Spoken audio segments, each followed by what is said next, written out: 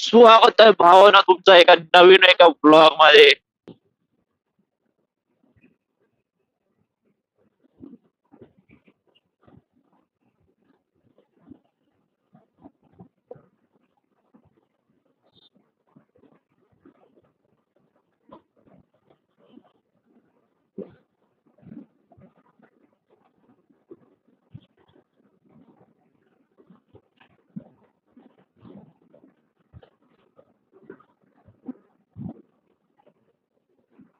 130.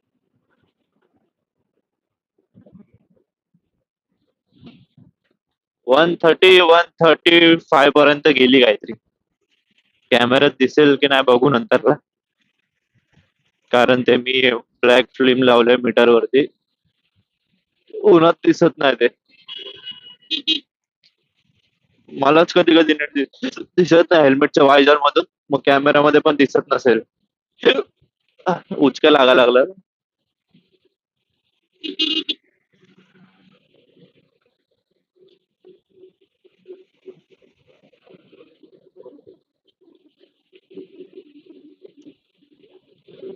बापर रे बापा.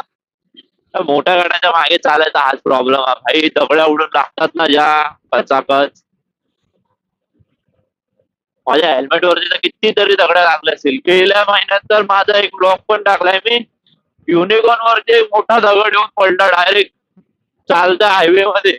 कुठून आला कसा आला काय माहितीच नाही. डायरेक्ट हेडलाईट फुटली धराम. म्हणून ते जास्त डंपर विंपर वाल्यांच्या मागे चालत नाही. कुठनं काय येईल काय सांगता येत नाही त्यांच्याकडनं. बारीक खडी तर आधीच लागते कितीतरी.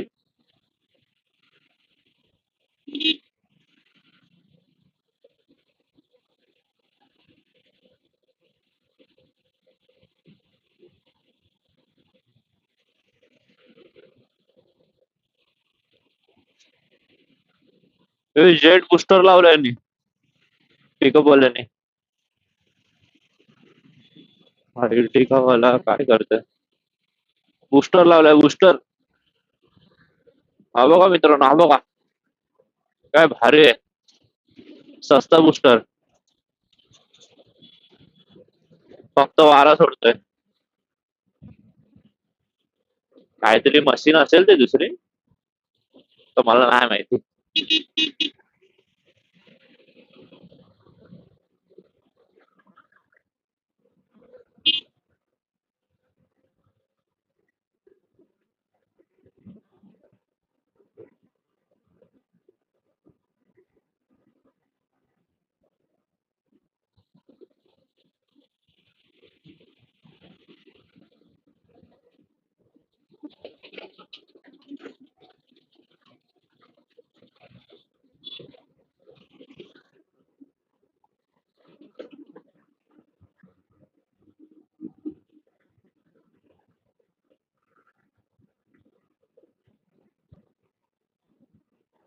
भावानो, जर तुम्ही ब्लॉग एन्जॉय करत असाल तर लाईक शेअर सबस्क्राईब करा यार.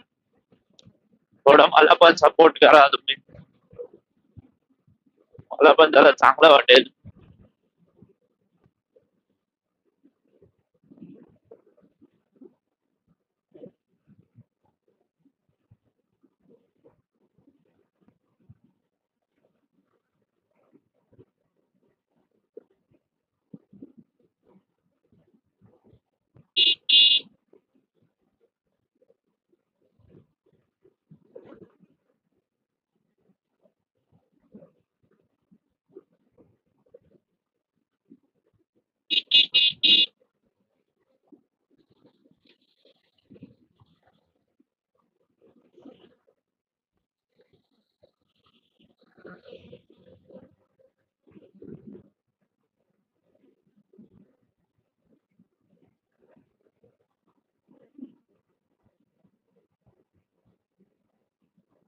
हे बघा, नवीन रोड बनवलेल्यांमध्ये पण खड्डे पडले. तर काय बोलणार बाबा. हायवेला पण एकदम सेफली चालायचं काय आहेच नाही. जो येईल धडम धुडून आपटेल, मग पुढे जाऊन तो स्लो करेल. बहुतेक ऍक्सिडेंट तर असेच होतात, खड्डे बिड्डे, खड्ड्यात बिड्ड्यांमुळे ते, आणि ते डिवायडर बिवायडर पडलेले बिडलेले असतात कुठे पण काय पण.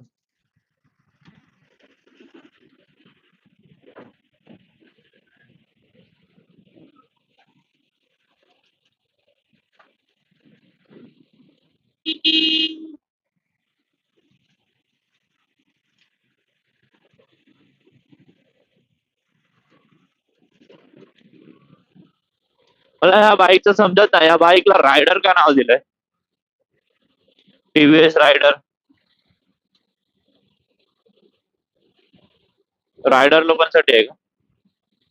मग ही कशासाठी आहे? मग सुपर बाईक कशासाठी आहेत?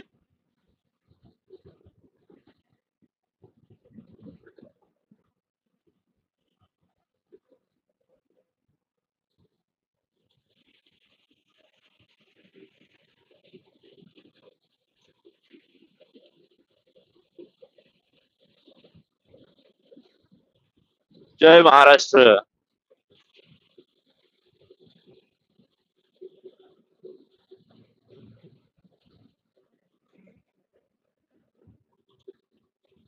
दाब दाब तू दाब.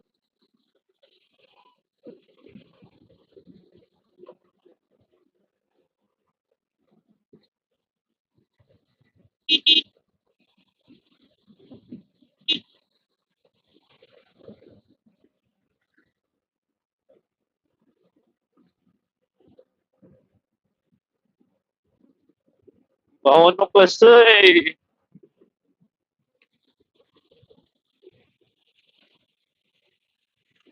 हा बघ.